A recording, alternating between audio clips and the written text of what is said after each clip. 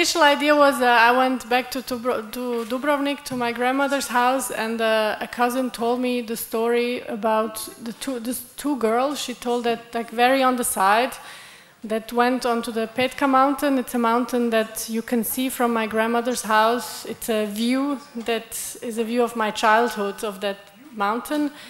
And one of them never returned.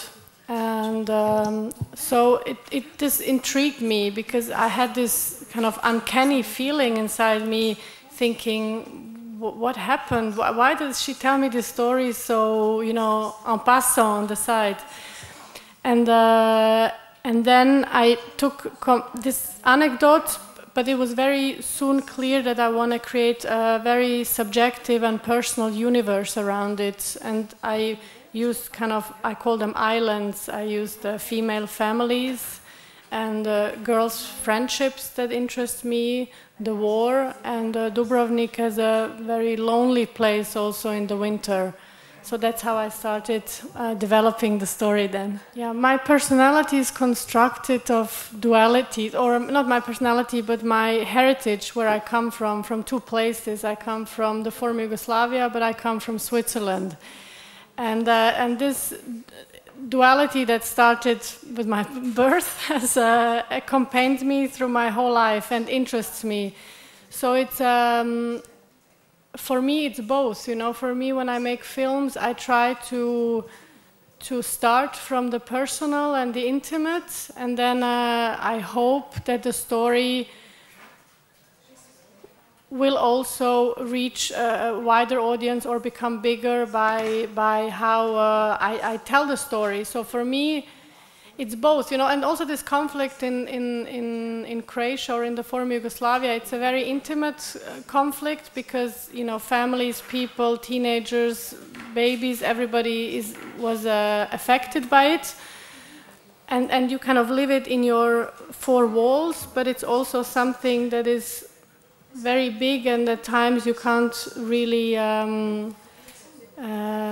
understand all of it. So then it becomes, it has this bigger impact. So in the film I play with both, you know. There's the story about Linda and Eta's family in the intimate circle, and around, on the bigger level, you have this war that is present but not visible.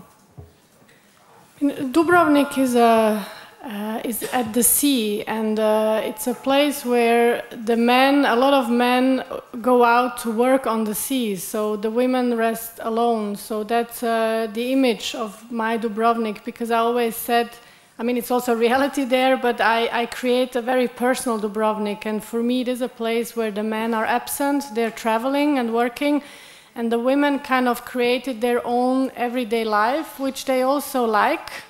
You know, they are peaceful amongst themselves, but I call it that there's like a female mafiosi structure, you know, and they don't use weapons and guns, but they use these emotions and psychological bonds. You know, everything is connected to each other. People know what you're doing, where you're going. So on one side, it's really my image, my feeling for this town.